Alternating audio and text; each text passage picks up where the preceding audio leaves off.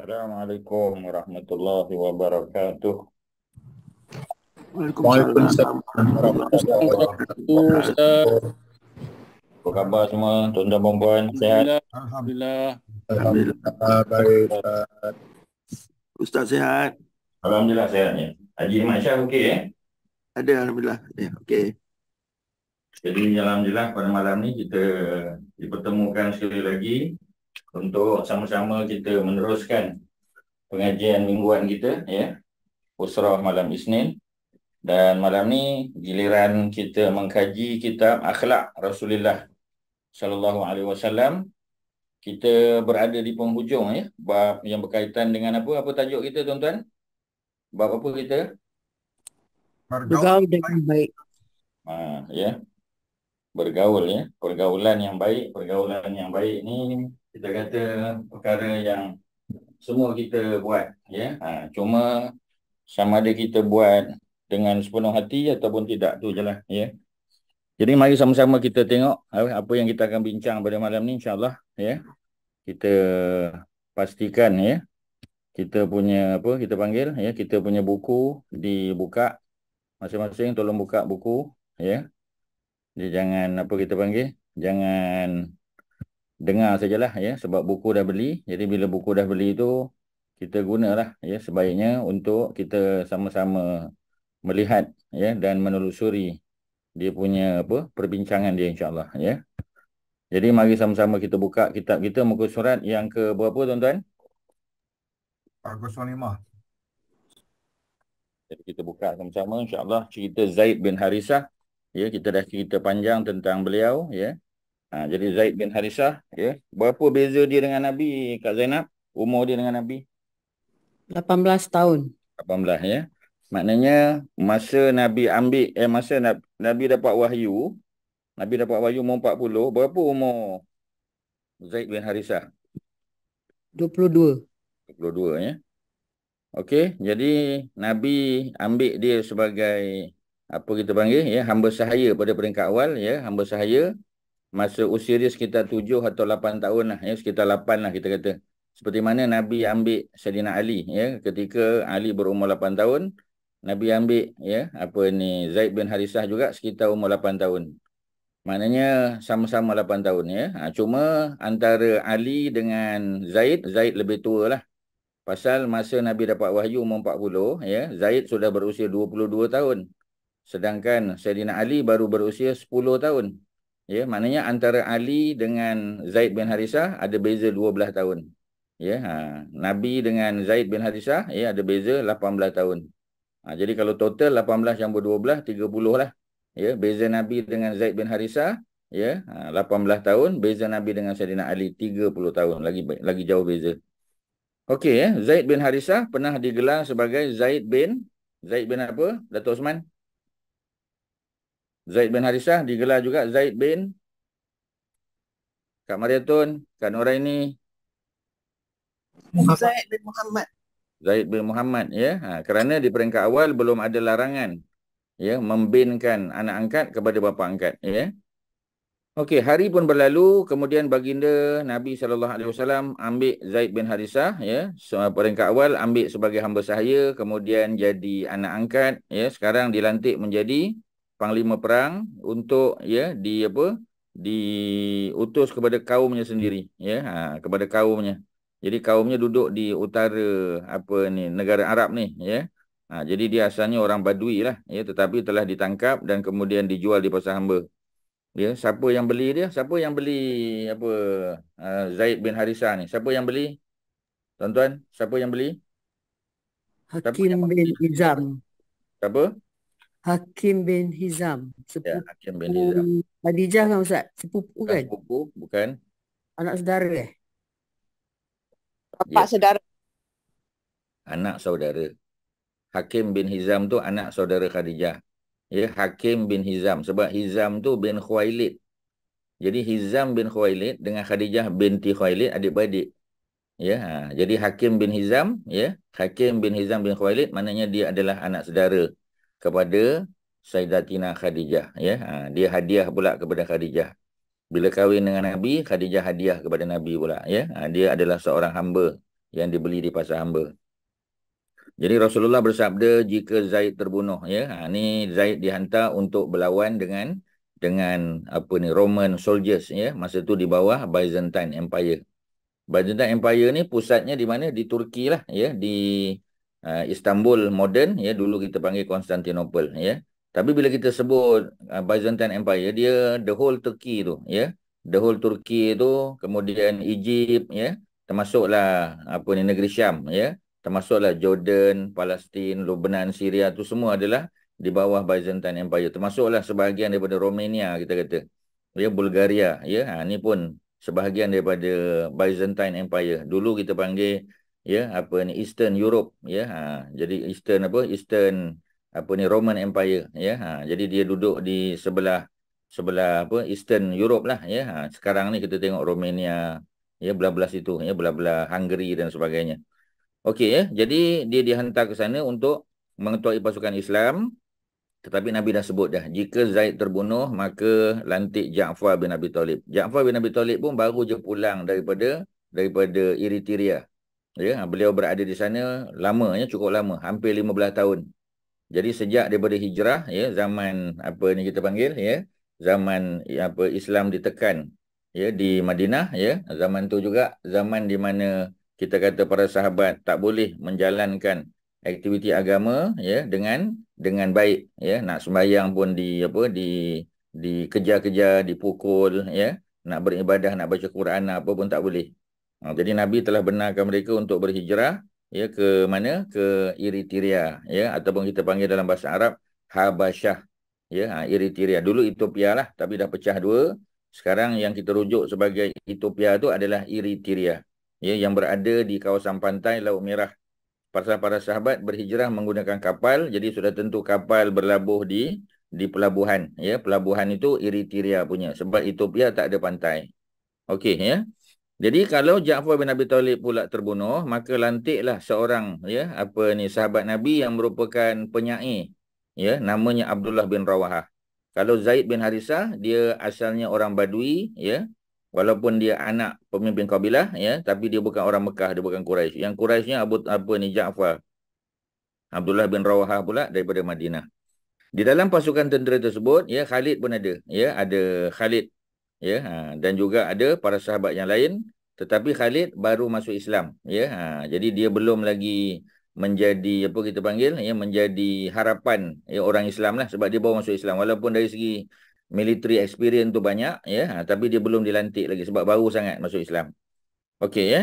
Tetapi nanti kita tahu Zaid lah, ya, yang terkorban, kemudian Ja'far pun terkorban, kemudian Abdullah bin Rawahah pun terkorban, ya, di tempat namanya Mu'tah. Ya, Mu'tah tu lebih kurang kita kata, ya, sejam setengah perjalanan lah daripada Amman, ya. Amman di utara. Kalau kita nak pergi ke Petra di bawah, ya, kita akan singgah di Mu'tah, ya.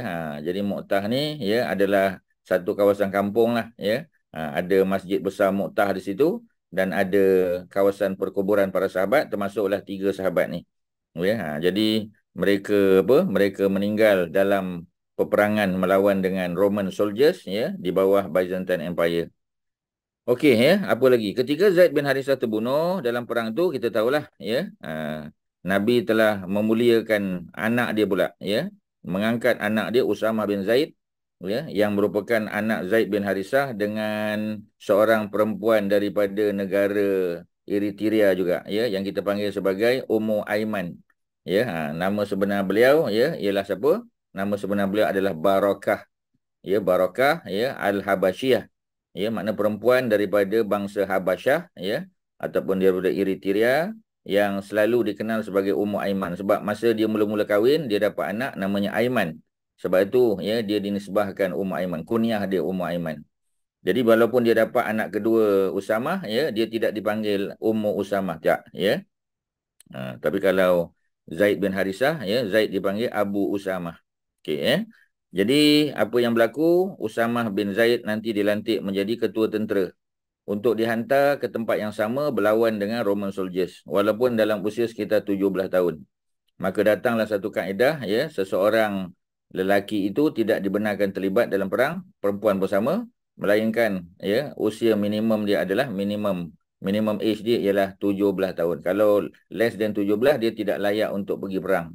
Melainkan kalau dia jadi pemanah. Pemanah sebab dia tidak face to face dengan tentera musuh. Dia duduk di tempat yang lebih selamat, di atas bukit.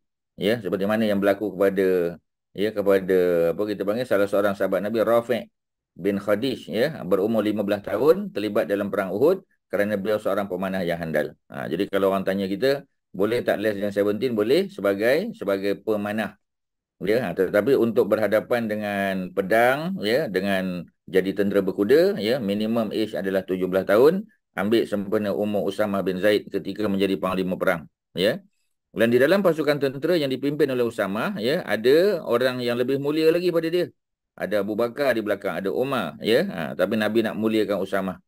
Rasulullah selalu memperkatakan tentang Usamah, ya, orang yang dicintai, ya, Al-Mahbub ataupun Al-Habib, ya, Ibnul Habib, ya, Al-Mahbub Ibnul Mahbub ataupun Al-Habib Ibnul Habib, ya. Mahbub atau Habib ni mana yang disayangi, kerana Nabi sayang bapa dia Zaid bin Harisah, demikian juga Nabi sayang, ya, Usamah bin Zaid, ya, sebab Nabi selalu memboncengkan dia, ya, kalau Nabi naik unta. Begitu juga ketika Nabi buka kota Mekah, Nabi nak masuk dalam Kaabah, ya, Nabi ditemani oleh Usamah bin Zaid. Ya, Anas pun tak masuk, ya. Anas duduk luar saja, tapi Usamah yang masuk, ya. Kerana beliau adalah cucu angkat Nabi yang Nabi paling sayang. Cucu angkat, ya. Kalau cucu kandung, ya, Al-Hasan dan Al-Husin lah. Ini contoh sikap baginda yang baik, ya, dan apa, ya, dan berlembut terhadap salah seorang sahabat yang baginda berikan, ya, selama lebih daripada sekitar 20 tahun. Ya, jadi maknanya sejak daripada dia umur 8 tahun Nabi dah jaga dah. Ya, sampailah Nabi dapat wahyu umur dia 22 tahun. Ya, kemudian, ya, Nabi muliakan isteri dia Ummu Aiman, dan juga Nabi muliakan anak dia Usamah bin Zaid, ya. Kemudian apa lagi? Baginda berikan mulai sejak daripada kanak-kanak lagi, waktu muda, ya, hingga dia berkahwin. Malah Nabi kahwinkan dia dengan salah seorang daripada sepupu Nabi, Zainab binti Jahash, ya. Yang asalnya Zainab berharap Nabi kahwin dengan dia. Ya, tapi Nabi tak kahwin dengan dia, Nabi pinang. Ya, tapi Nabi pinang dia untuk Zaid, ya. Berlakulah kita kata kurang bahagia, ya, sebab Zaid masih ada stigma sebagai seorang hamba sahaya. Sedangkan Zainab binti Jahash, Bani Hashim, ya, bangsawan mulia. Tetapi nak jadi sebab lah, ya, kerana akhirnya kita tahu perkahwinan mereka tidak sampai ke mana, ya, berlaku penceraian, dan, ya, Nabi ambil Zainab binti Jahash sebagai isteri sehingga, ya, orang Arab, ya, kutuk Nabi kerana Nabi berkahwin dengan bekas anak, ya, bekas menantunya ataupun bekas anak menantu dia, ya, bekas isteri kepada anak dia, sedangkan, ya, Zaid bukan anak Nabi, hanya dipanggil Zaid bin Muhammad, ya, untuk memberitahu bahawasanya budaya Arab yang tidak membenarkan, ya, ayah berkahwin dengan isteri anak angkat, itu sebagai satu perkara yang tak betul. Dari segi syarak tak betul, boleh kahwin. Ya. Rasulullah juga melayan para hamba sahaya dengan sangat baik, ya. Jadi Nabi pernah tegurlah dalam hadis di bawah, ya, Nabi kata, auzubillahi minasyaitonirrajim, la yaqulanna ahadukum, ya, janganlah pernah seseorang itu ataupun janganlah sekali-kali seseorang kamu, ya, panggil dia punya hamba sahaya abdi, jangan panggil dia abdi. Wahai abdi, jangan, ya.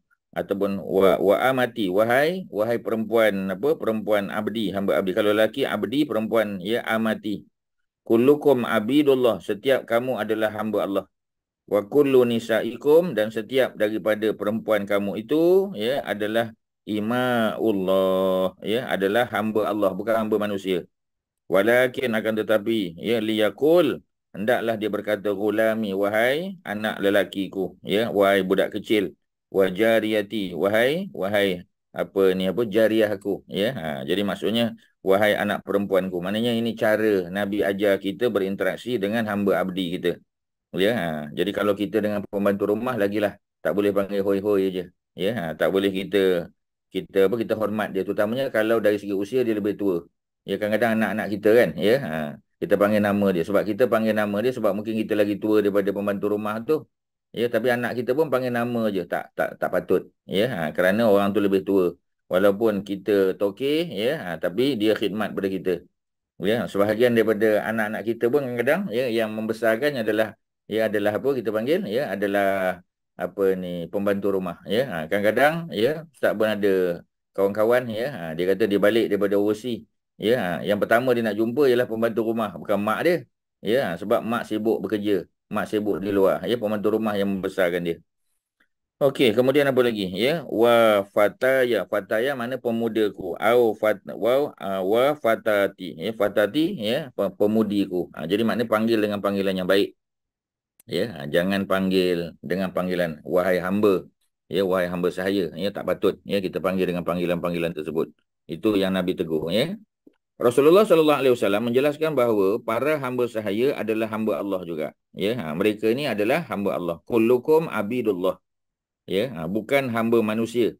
Baginda bersabda wala yaqulanna al-mamluk, janganlah seseorang kamu memanggil hamba sahayanya al-mamluk, abdi atau al-mamluk tu dia panggil dengan apa, jangan seseorang hamba sahaya tu panggil tuannya Rabbi. Tadi tuan jangan panggil hamba sahaya dengan panggilan hamba.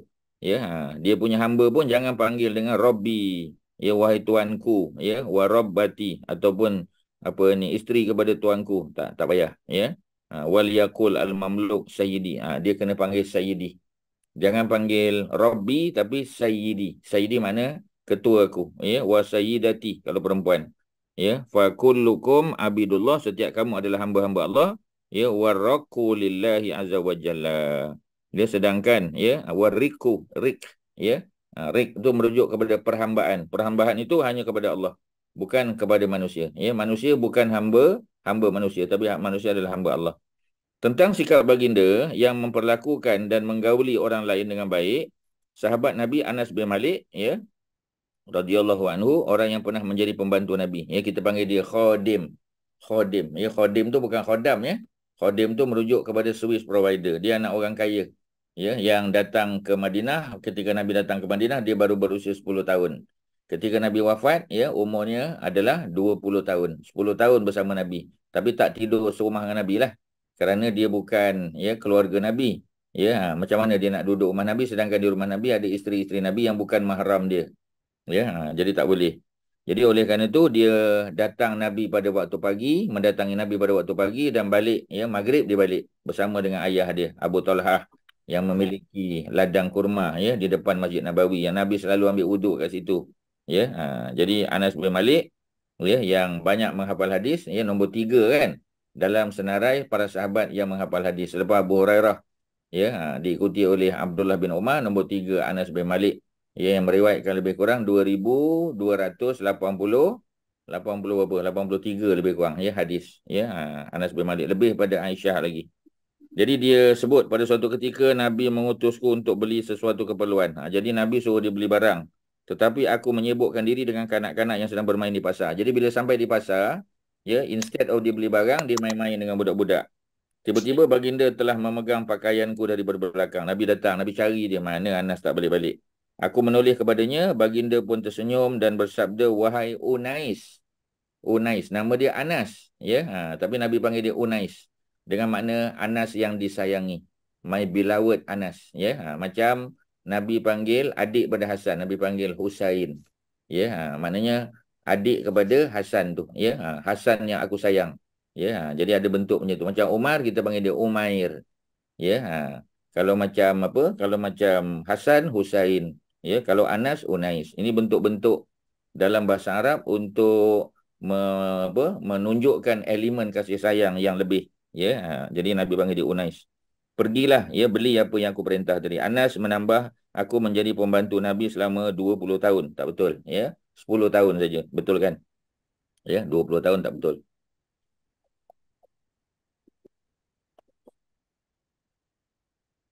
Pasal masa Nabi sampai di Madinah dia umur 10, masa Nabi wafat dia umur 20. Macam tadi kita kata Anas bin Malik apa ni Zaid bin Harisah. Masa Nabi ambil dia sebagai anak angkat, dia berusia berapa tadi? Dia berusia 8 tahun. Ketika Nabi dapat wahyu, umur dia 22 tahun. Ketika Nabi hijrah, umur dia 35 tahun. Nabi 53 terbalik dia 35. Masa hijrah umur dia 35. Masa Nabi wafat, berapa usia Zaid bin Harisah? Apa Haji Asy'ari? Masa Nabi wafat, berapa usia Zaid bin Harisah? 45 Ustaz. Masa Nabi wafat, umur Zaid bin Harisah 45. Betul ke? Betul ke apa Kak Mariatun? Ya.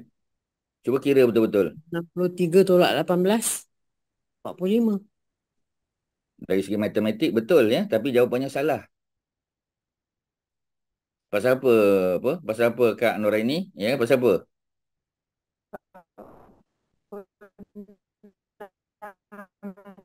Tak boleh. Kak Mariatun dia punya dia punya wifi tak bagus ya, tak boleh dengar. Perempuan ya.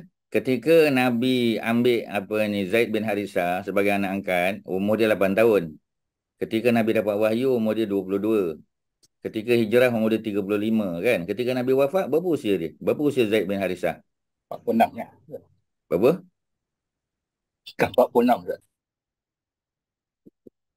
46 sebab apa? Zaid mati dalam perang. Zaid dah mati dalam perang tuan-tuan. Masa hijrah dia 35 tahun. Betul. Masa Jadi Nabi wafat, campur 12 lah. 35, 45. Nabi duduk di Madinah berapa tahun Haji Asy'ari? 13. Mana 13? Tukar tu. 10 tahun. 10 10 tahun. Ustaz, 10 tahun. Terus. Ya. Balik. Tapi macam tadilah ya, masa Nabi wafat, mana Zaid bin Harisah hidup lagi? Zaid bin Harisah dah meninggal dah. Dia meninggal dalam Perang Mu'tah ni, baru je sebut cerita Perang Mu'tah. Perang Mu'tah ni berlaku tahun 8 Hijrah. Ya, Ustaz saja je test tuan-tuan, tengok tuan-tuan pay attention ke tak? Ya. Betul Ustaz, betul. Dia dah wafat, ya. Jadi masa Nabi wafat, mana dia ada lagi, dia dah meninggal awal lagi, ya. Jadi maksudnya pada tahun yang ke-8 Hijrah, Perang Mu'tah tu, ya, Zaid bin Harisah terbunuh. Dia terbunuh, ya. Jadi maknanya tak sempat dia tengok Nabi wafat, tak sempat. Jadi Nabi wafat tahun ke-11 kan, ya. Jadi maknanya dia patutnya memanglah umur dia masa hijrah 35, patutnya masa Nabi wafat umurnya 45 lah kan. Tapi masa dia umur 42 dia dah wafat dah. Ya, dia tak ada masa Nabi tu. Okey ya. Jadi benda-benda macam tu kena ambil perhatian juga ya, sebab orang tu dah meninggal contohnya ya. Jadi tak ada dah, tak ada usia lah, tak ada bertambah usia dia. Okey ya, ada lain silakan, ada apa nak tanya? Ustaz, saya nak tanya. Ya. Yang apa tu, yang ke atas tu, yang sabda Rasulullah hadis tu, dia kata seorang hamba saya jangan sampai berkata Rabbi kan Ustaz kan. Ya. Tapi apa tu, Nabi Yusuf dia refer pada tuan dia tu Rabbi dalam surah Yusuf. Maksudnya sebelum lah tu ya Ustaz, zaman Nabi Yusuf lah. Sebab apa kita panggil, sebab hukum hakam yang kalau Nabi tak tegur, maknanya dia tak apa kita panggil ya, dia tak override, kita pakai yang dululah. Tapi kalau Nabi ada sebut sesuatu ataupun Allah ada sebut sesuatu ya, maka ya dia kena pakai yang terbaru, yang latest ya. Memang Rabb tu ada 3 makna. Satu, Rabb tu makna Allah, Tuhan yang kita sembah kan. Sebab Rabb kan Tuhan yang mencipta, Tuhan yang memberi rezeki, Tuhan yang mengurus kan ya. Rabbul Alamin. Tapi Rabb juga boleh makna ya, boleh makna tuan ya, tuan besar ya, dan boleh makna tuanku, raja boleh juga ya. Jadi dalam konteks Nabi Yusuf tu, sebenarnya Nabi Yusuf tak panggil tuan dia dengan panggilan Rob, sebenarnya Quran yang terjemah. Pasal tuan-tuan kena ingat ya, bahasa yang digunakan oleh Nabi Yusuf bukan bahasa Arab.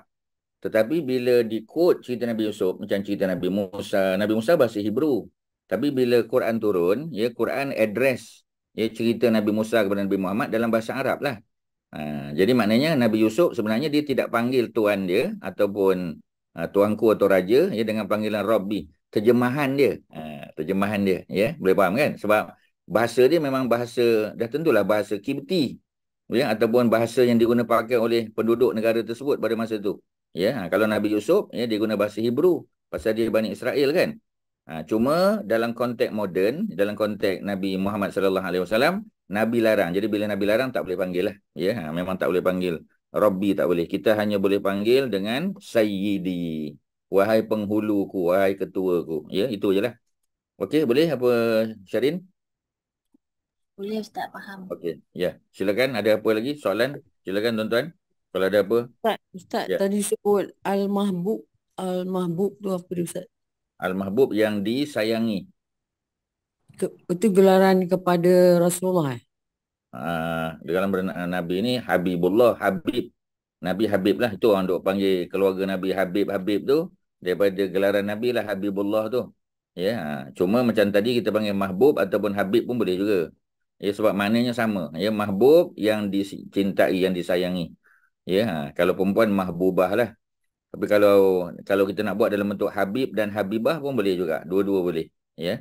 Cuma perkataan Habib tu lagi mulia lah. Ya. Lagi cantik kita kata.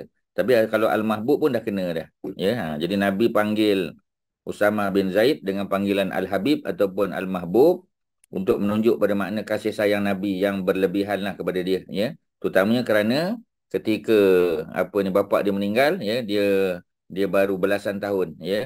Jadi maknanya Nabi memang kita panggil ya sedih lah, ya, sebab ayah dia meninggal, ya. Sebab tu Nabi lantik dia dalam usia yang sangat muda, walaupun dalam pasukan tentera tu Abu Bakar dengan Omar ada, ya, tetap juga, ya, Nabi lantik Usamah sebagai satu bentuk kemuliaan, ya. Bukan maknanya Nabi nak kata dia paling layak, ya, tapi dari segi kemuliaan dia, ya, dan dia memang orang yang berketerampilan walaupun usianya muda, ya. Dan tidaklah menafikan kelebihan Abu Bakar dan Umar yang berada di belakang dia, bukan. Ya, itu sekadar satu bentuk kemuliaan. Macam kita kata masa hijrah, mengapa Nabi bawa Abu Bakar? Ya, kalau nak kira dari segi fizikal, patutnya Nabi bawa Umar. Ya, tapi Nabi tak bawa Umar. Ya, Nabi tak bawa Ali. Nabi bawa Abu Bakar. Ya, Abu Bakar ni kita tahu kurus. Ya, orangnya kurus dan agak tinggi. Ya, sebab tu bila dia pakai kain dalam Riyadhus Shalihin ada cerita kain dia agak terlondeh. Kalau dia rukuk, dia sujud, dia bangun, ya, masuk rakaat kedua, masuk rakaat ketiga, kain dia terlondeh sikit. Jadi dia kena naikkan. Sehingga bila Nabi tegur, ya, orang yang Allah benci, ya, orang yang melabuhkan, sengaja melabuhkan pakaian, dia rasa hadis tu kena pada dia, dia jumpa dengan Nabi. Nabi kata bukan. Ya, sebab kamu bukan pakai pakaian, ya, kalau terlondeh tu bukan sengaja dan bukan dengan niat untuk riak, menunjuk-nunjuk, bukan. Pasal dulu orang labuhkan pakaian untuk riak. Ya, dia ada syuhrah, dia panggil. Syuhrah tu maknanya dia pakai itu dengan rasa bangga, ya, maknanya dia tunjuk dia kaya, dia ada kain lebih sampai berjela-jela kita kata, ya. Jadi Islam tak benarkan pakaian yang begitu walaupun kita beli dengan duit halal, tetapi kalau ada elemen syuhrah dia panggil, ya. Yang pertama, jangan ada tasyabuh, kan. Tasyabuh maknanya tidak boleh menyerupai pakaian agama lain, tak boleh. Kalau pakaian agama tak boleh.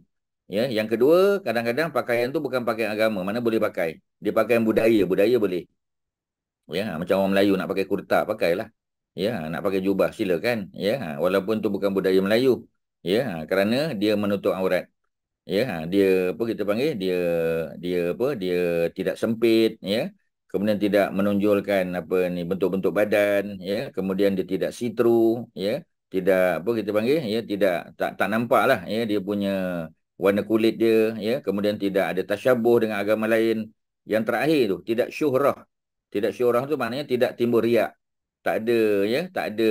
Bila dipakai tu dia rasa dia paling cantik sekali, paling handsome sekali. Ya, paling mahal sekali pakaian dia. Tak ada elemen tu. Kalau tak ada elemen tu, dia balik pada hukum asal, hukum dia harus. Dia nak pakai branded, pakai. Ya, nak pakai pakaian yang mahal dan kita ada kemampuan, pakailah. Yang bimbang tu kalau kita ada rasa syuhrah, rasa berbangga, ya, rasa hebat, rasa riak bila pakai pakaian tersebut. Kalau tidak, balik pada hukum asal. Hukumnya adalah harus. Boleh, tuan-tuan, ya. Macam itu lah. Tak, yang Okey, pengantin perempuan yang pakai baju di belakang berjela-jela tu syuhrah lah. Ada elemen syuhrah. Ya, ada elemen syuhrah lah, ya. Sebab macam tadilah, ya, sebab dia pakai tu untuk apa, kan? Ya, memanglah dia pakai sekejap, betul, ya, sehingga terpaksa ada orang pegang daripada belakang. Ya, jadi apa tujuan dia? Untuk apa sebenarnya? Adakah dia fashion? Ya, fashion dibenarkan dalam Islam, tetapi fashion yang tidak keterlaluan. Ya, yang tidak, dia pakaian dah tutup aurat, okey, maksudnya tak see-through, ya, kemudian pakaian tu pun agak longgar, ya, dan tidak tasyabuh dengan agama lain, tapi ada elemen syuhrah tu. Ya, kalau dia pakai pakaian biasa je, maksudnya jangan dilaburkan sangat, ya, cukuplah, ya, sepatutnya begitu. Jadi kalau dipanjangkan, ya, berenda-renda sampai ke belakang, ada orang pegang pula, itu dah ada tasyabuh dengan pakaian bangsa lain tu. Ya, ibarat kita kata orang dulu-dulu raja-raja kan. Raja-raja apa ni Byzantine Empire, raja-raja Parsi. Macam tu pakaian dia. Seolah-olah ada tasyabuh juga. Bukan dengan agama tapi dengan budaya yang tak dibenarkan dalam agama. Jadi kena ambil kira jugalah benda-benda macam tu. Okey, ada lain silakan. Ya, apa lagi? Kalau tak ada, Anas bin Malik Tasyabuh ya. tu to ke ni? To, Shin. Shin. Syuhrah. Tasyabuh. Oh, tasyabuh. Tashin baha. Tasyabuh. Tashin baha. Hak tu hak simpul tu. Bukan tak marbutah, hak simpul. Ya, tasyabuh. Tasyabuh macam Terima kasih, Ustaz. ihdina. Ihdina tu kan dengan hak simpul kan? Ihdina. Ya, jadi tasyabuh tashin ba dan hak. Ya, tasyabbaha ya tasyabbahu, tasyabuh. Ya, dia fi'il tashin baha, tasyabuh. Fi'il 5 huruf. Fi'il madin 5 huruf. Jadi Kak Zainab nanti boleh tengok dalam kamu jadid, ya tashin, ya ba double, ya tashin ba hak. Tasyabbaha ya tasyabbahu, apa maknanya? Menyerupai. Ya, kita tak dibenarkan menyerupai ya apa ni amalan ataupun pakaian agama lain, tak boleh. Ya, walaupun kita kata pakaian tu menutup aurat, tetapi dia ada tasyabuh. Bila orang tengok, ya orang kata, ini macam pakaian orang Kristian ni. Bila ada cakap macam tu, tak boleh. Ya, balik pada hukum menyerupai tadi. Ya. Tetapi, ya macam tadilah, dia bukan tasyabuh dengan agama saja, tasyabuh dengan pakaian kemewahan, kebanggaan. Macam tadi kita kata, ya. Masyarakat Eropah dulu, ya. Byzantine Empire, Roman Empire ataupun Persian Empire. Memang pakaian dia macam tu, panjang labuh, ya, dengan menunjukkan dia punya kebanggaan, kemewahan, riak dan sebagainya. Tu tasyabuh lah juga, ya. Tasyabuh, ya. Tambah satu lagi, dia ada rasa syuhrah dia. Rasa berbangga-bangga, rasa kalau pakai tu maknanya rasa hebat. Ya, jadi bila hebat tu, ya, hebat riak tu tak boleh lah, ya. Bila kita pakai satu pakaian kita rasa selesa tak apa. Ya, contoh, ya, kita kata orang tu nak beli apa ni tudung atau telekung yang mahal kita kata, ya. Dan dia kata bila dia pakai tu dia rasa selesa, sembahyang sedap. Tu tak ada masalah. Ya, dia rasa bila pakai tu selesa, tak panas. Ya, dia boleh bawa pakaian tu di negara Arab pun, ya, pergi Mekah, Madinah pun, dia kata walaupun musim panas dia rasa sejuk, selesa. Tu tak ada hal, tuan-tuan. Islam tak pernah larang kan, sebab kita rasa selesa, ya. Walaupun pakaian tu agak mahal tapi selesa dan dia pun ada kemampuan, ya. Jadi belilah, tak ada hal, ya. Yang tak boleh kalau ada riak. Ada riak tu yang susah tu, tuan-tuan, ya. Jadi jangan pamerkanlah dia punya jenama tu. Kalau ada jenama tu, potonglah jenama tu, ya, supaya orang tak tahu kan. Cuma kalau orang dah tahu, tak boleh pakai telekong Siti Khadijah, nampak, ya. Kita senyum je lah sudah, ya, dan tak ada rasa apa-apa pun, ya. So kita boleh jawab pasal selesa saya, alhamdulillah selesa pakai ni, rasa sedap, ya, tak ada panas. Orang tu pun kata, ya betul, memang betul. Saya pun ada 2 pasang, ya, saya pun biasa kalau datang Mekah walaupun musim panas pakai ni rasa selesa. Okey lah, ya, fair lah, tak ada apalah. Kita kata sebab tak ada menimbulkan riak, hanya kita nak pakai selesa, sudah, ya. Okey, Anas bin Malik menambah, aku menjadi pembantu Rasulullah, ya, tadi selama 10 tahun, ya, bukan 20, salah, ya. Baginda tidak pernah sekalipun berkata kepadaku, maknanya Nabi tak pernah angkat suara, ya, kepada dia. Jika aku buat atau meninggalkan sesuatu, baginda tidak pernah berkata kenapa engkau buat. Dia tak kata, ya. Ataupun mengapa engkau tinggalkan. Baginda juga tidak pernah mencela aku jika baginda memerintahkan sesuatu kepadaku sedangkan aku bermalas-malas. Macam tadilah, Nabi suruh dia beli sesuatu, ya, bila dia sampai ke pasar dia tengok ada budak-budak bermain, ya, sebab dia pun usia budak, usia kanak-kanak, dia pun leka bermain. Nabi datang, Nabi tegur dia, Nabi panggil dia Unais. Ya, wahai Unais, ya. Tadi Nabi suruh buat apa, dia baru teringat, ya. Dan dia pun pergi beli. Ya, Nabi senyum aja. Jika ada salah seorang anggota keluarga baginda yang mencelaku, maka baginda akan bersabda, biarkan sahaja, sesuatu jika telah ditakdirkan pasti akan terjadi. Betul lah. Ya, tapi tuan-tuan kena faham dalam konteks budak. Ya, sebab Anas bin Malik, ya, dia bersama dengan Nabi tu, dia belum akhir balik. Ya, macam Abdullah bin Abbas. Abdullah bin Abbas kalau kita baca dalam hadis, ada banyak, ya, contoh dia bermalas-malas. Ya, sebab masa Nabi wafat, dia baru berusia sekitar 13 tahun, belum akhir balik lagi. Masa haji tu kan, haji wada, ya. Dia orang apa kita panggil, orang solat dia baru nak sampai. Dia masbuk. Lepas tu dia berjalan depan orang pula. Ya, dengan unta dia. Di apa kita panggil di Arafah. Ya, ataupun sebagian riwayat kata di Mina, ya. Jadi apa ni, Nabi tak tegur dia, ya. Sebab apa? Sebab sutrah imam, sutrah makmum ada sutrah imam.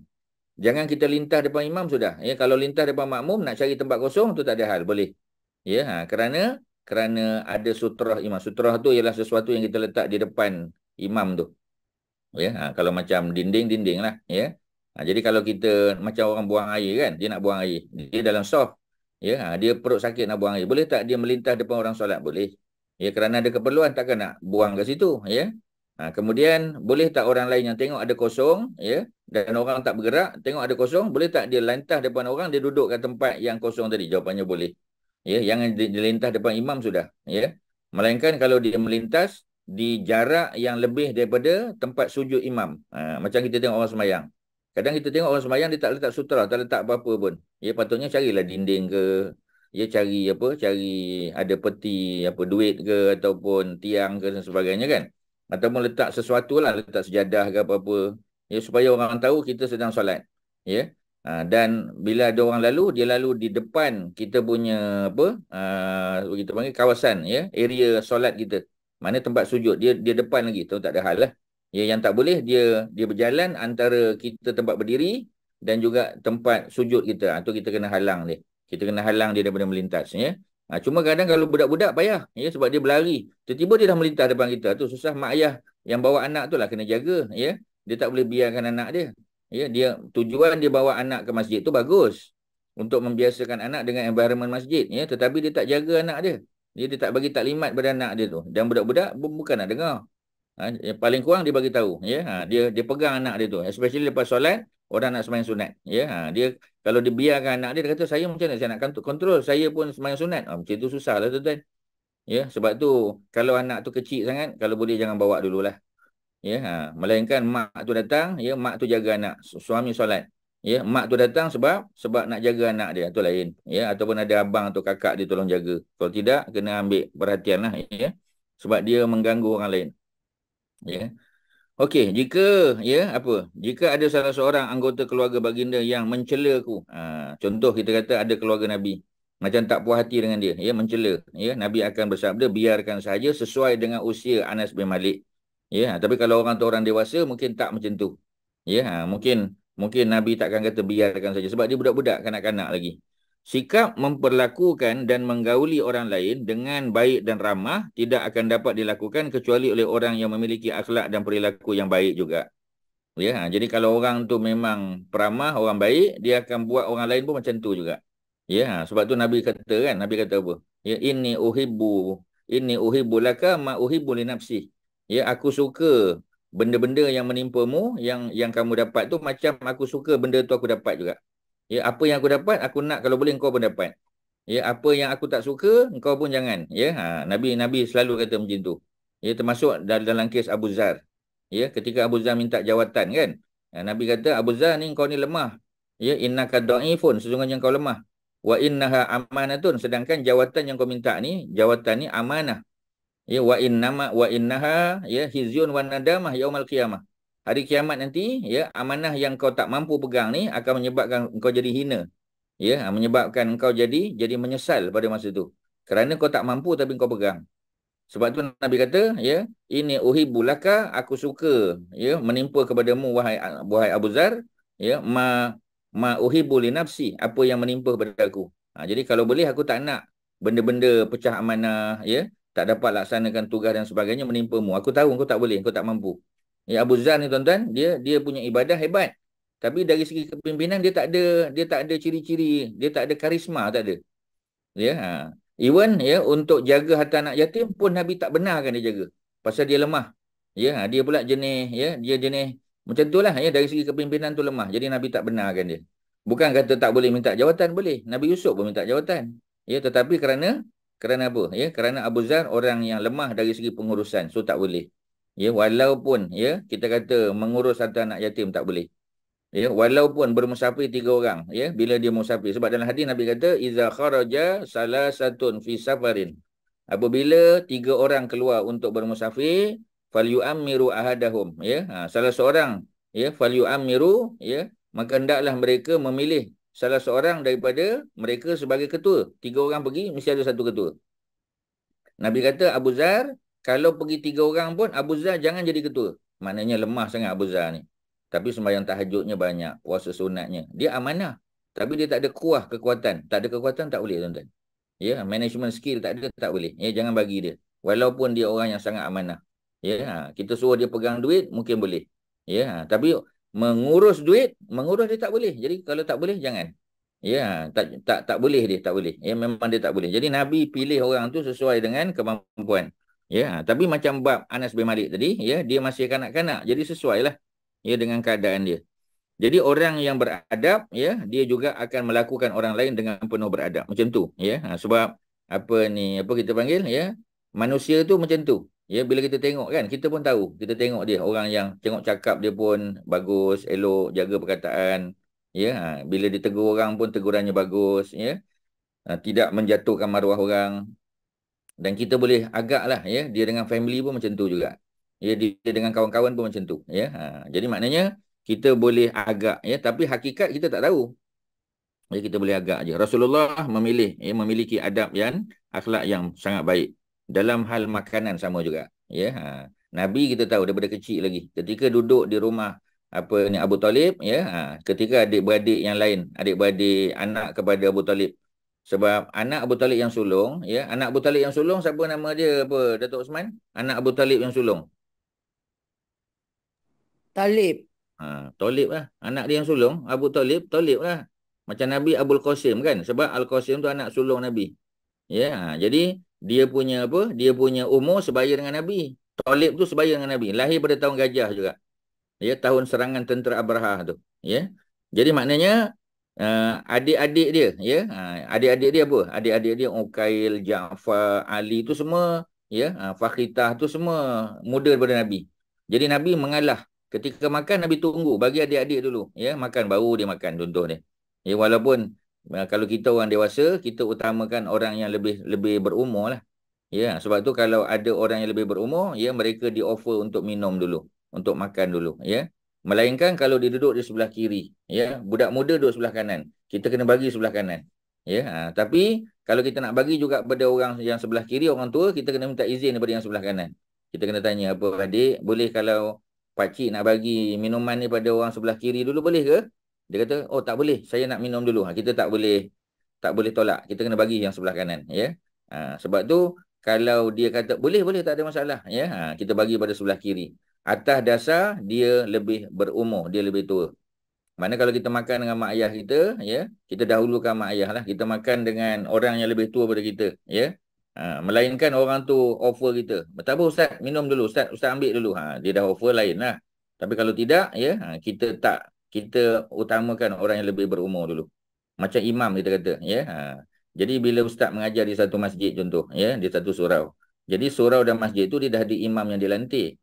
Jadi imam itulah yang lebih layak menjadi imam, ya. Walaupun mungkin penguasaan ilmu agamanya kurang sikit, ya. Tapi dia dah dilantik menjadi imam. Dia bukan nak suruh ceramah, ya. Dia nak suruh jadi imam. Bacaan dia mungkin lebih bagus kita bagi dia. Melainkan dia offer. Dia kata, Ustaz, sekali-sekali Ustaz jadi imam lah, ya. Dia offer. Tapi kita sebagai orang yang beradab juga, kita kata, tak apa, ya. Saya dah ceramah tadi. Apa ni tugas imam lah dulu, ya. Kita balikkan balik. Macam tu lah, ya. Tapi maknanya kita tak boleh, ya, oleh kerana kita datang ceramah, maka kita jadi imam. Tak mesti. Sebab dia dah ada imam yang dilantik. Melainkan tempat tu tak ada imam yang dilantik. Siapa-siapa pun boleh jadi imam. Itu lain. Macam di RNR kan. RNR tak ada imam yang dilantik. Jadi siapa-siapa yang datang boleh jadi imam. Tapi kalau ada tempat, ya, masjid atau surau yang telah dilantik imam tertentu, dah ada designated imam, so kita kena bagi laluan pada dia. Unless kalau dia offer pada kita. Ya, itu adab dia, tuan-tuan. Okey, ya. Apa lagi? Dalam bab minum sama. Nabi tak minum berdiri. Melainkan minum zam-zam. Ya, kerana zam-zam bila minum, dia kena minum banyak. Ya, bila minum banyak sampai tadalluk, sampai kenyang, so berdiri itu lebih bagus. Ya, kalau kita duduk kita boleh minum tak banyak. Ya, sebab tu makan dan minum tak boleh berdiri. Masalahnya sekarang kita pergi majlis-majlis tertentu, high tea ke apa, kerusi dan meja tak cukup. Ya, jadi kena pandai-pandai lah. Ya, carilah mana-mana tempat, ya, tangga ke apa, duduk. Ya, kalau bersih boleh duduk. Ya, cari tempat supaya nampak sopan, ya. Sebab makan dan minum ni memang kena duduk. Ya, tak boleh berdiri, ya. Kadang-kadang kita tengok orang makan, ya, berdiri, ya, lepas tu minum berdiri. Mungkin, ya, apa ni, kesan jangka pendek tak nampak, kesan jangka panjang tu dari segi penghadaman, ya, dari segi apa kita panggil, ya, proses pencernaan dia macam mana. Itu mesti ada kesan dia, tuan-tuan dan puan-puan. Okey, apa lagi, ya? Bab yang berkaitan dengan kebersihan sama. Ya, Nabi menggunakan tangan kiri untuk cuci najis. Ya, tangan kanan ya tak boleh pegang kemaluan. Kecuali terpaksa tangan kiri kita apa ni terseliuh ke bengkak ke apa ke, tu nak buat macam mana kan? Kena pakai tangan kanan lah. Ya, mendahulukan kanan daripada kiri dalam berpakaian. Ya. Kemudian apa lagi? Kita tengok ya, aktiviti Nabi. Sebagai contoh, jika Rasulullah hendak makan roti dan daging, maka baginda akan mencuci kedua tangannya dengan baik. Jika sedang duduk untuk makan, maka baginda akan memakan makanan yang berada paling hampir. Ya, macam cerita Nabi dengan anak tiri Nabi, ya, yakni siapa kita panggil Umar bin Abi Salamah. Ya, ketika Ummu Salamah sibuk melayan anak kecil dia, ya, maka Umar diminta oleh Ummu Salamah mak dia untuk makan dengan Nabi, menemani Nabi, ya. Dia pun makan dengan tangan kiri, tak baca bismillah, ambil daripada makanan yang jauh. Nabi pun tegur, Nabi, ya gulam, Nabi kata. Kan Nabi kata tadi, ya, kalau kita panggil hamba pun, kita jangan panggil dia wahai hamba, jangan. Jangan panggil dia wahai abdi, tak boleh. Kita panggil dia ya gulam, ya, wahai anak. Kalau perempuan, ya, ya jariyati, wahai jariyah. Jariyah tu makna anak perempuan kecil, ya. Ada makna kasih sayang lah. Sebab tu isteri Nabi Juwairiyah, ya. Nabi tak panggil dia jariyah, Nabi panggil Juwairiyah, ada makna kasih sayang kat situ. Ya, jangan lupalah zikir Juwairiyah kan, tasbih Juwairiyah. Subhanallahi wa bihamdihi adada khalqihi wa ridha nafsihi wa zinata arsyihi wa midada kalimatihi. Masa bila kita baca tu apa? Kak Maimunah masa bila baca tasbih Juwairiyah tu? Waktu bila? Lepas maghrib ke, lepas isyak ke, lepas bila? Tuan-tuan, bila? Oh, lepas subuh. Lepas subuh. Ya, antara subuh dengan duha, tuan-tuan, ya. Jangan lupa. Berapa kali baca? 3 saja. Cukup. Kali. Ya, 3 kali. Jadi apa ni, apa? Nabi panggil isterinya Juwairiyah. Patutnya Jariyah. Kerana dia ditangkap dalam perang, ya. Tetapi nak tunjuk elemen kasih sayang, Nabi tak panggil dia Jariyah, Nabi panggil Juwairiyah. Ya, Juwairiyah tu ada elemen kasih sayang. Macam Hasan tadi panggil Husain. Macam Anas panggil Unais. Ya, macam apa tadi Umar panggil Umair, ya. Itu semua panggilan-panggilan yang ada elemen kasih sayang. Ada makna beloved, ya, dengan makna yang disayangi, yang dikasihi. Jadi bila Ustaz, Nabi nak makan, ya. kalau tak sempat nak zikir pagi, sebab nak keluar cepat ke kerja ke apa, kita apa tu zikir yang Juwairiyah tadi cukup Ustaz? Oh, maknanya semua tak buat, tak sempat. Masa driving boleh? Sebab kita tak hafal. Tak, maknanya yang ni ya, yang basic-basic macam biasalah, ya. Boleh je kan masa driving berqul Allah 3 kali, qul a'udzu birabbil falaq kan, tu boleh je. Ya. Jadi maksudnya yang kita hafal tu kita boleh baca masa driving, tak mesti atas tikar sejadah. Ya, cuma doa-doa, ada zikir-zikir yang lain. Ya, macam kita kata ya Allahumma aslih li, ya. Apa ni dini allazi huwa ismatu amri, contoh kan, ya Allah elokkanlah urusan agamaku, elokkanlah urusan duniaku, ya, elokkan urusan akhiratku, jadikanlah kehidupan aku ni sebagai cara untuk menambah pahala, jadikan kematian aku sebagai rehat daripada kejahatan kan. Doa-doa zikir-zikir macam tu mungkin sebahagian kita tak hafal tu, tak ada pilihan lah, ya. Tapi kalau Ustaz selalu bagi tahu pada ramai jamaah, ya, Ustaz kata rakam kan, rakam, ya. Macam kadang-kadang ada CD, ada apa, kita boleh download, ya, dan kita boleh rakamkan dalam kita punya apa kita panggil, dalam kita punya thumb drive contoh, ya, flash drive kita, ya, dan kita boleh pasang masa kita driving, ya. Termasuklah surah-surah tertentu yang kita selalu baca kan, ya. Kadang-kadang orang kata surah Kahf ni saya Ustaz hari Khamis malam Jumaat ni biasa balik lewat, ya, nak baca tu masa tak ada peluang, kita beli CD dia ataupun kita download lah, ya, dan kita pasang lah masa kita driving tu pasang. Sebenarnya tak ada alasan, boleh. Ya, masa kita drive ke, masa kita apa pun, ya, boleh je. Tak ada hal, ya. Cuma kita kena apa ni, take the initiative lah, ya, kena buatlah kerja sikit, ya. Sebenarnya boleh. Ya, dan zikir Juwairiyah tu memang pahalanya besar betul, ya, tapi janganlah tinggalkan ayatul kursi, ya, qul huwallahu qul a'udzu birabbil falaq, qul a'udzu birabbin nas, ya, tasbih, tahmid, takbir tu semua jangan tinggal lah. Ya, itu sebab masing-masing tu ada kelebihan. Siapa yang baca tasbih subhanallah 33 kan? Ya, tahmid 33, takbir 33, tutup dengan la ilaha illallah wahdahu la syarikalah. Kalau dia datang bertemu Allah dengan dosa sebanyak buih di lautan, nescaya Allah akan ampunkan. Ya, baca ayatul kursi contoh, ya. Dia masing-masing tu ada bonus dia.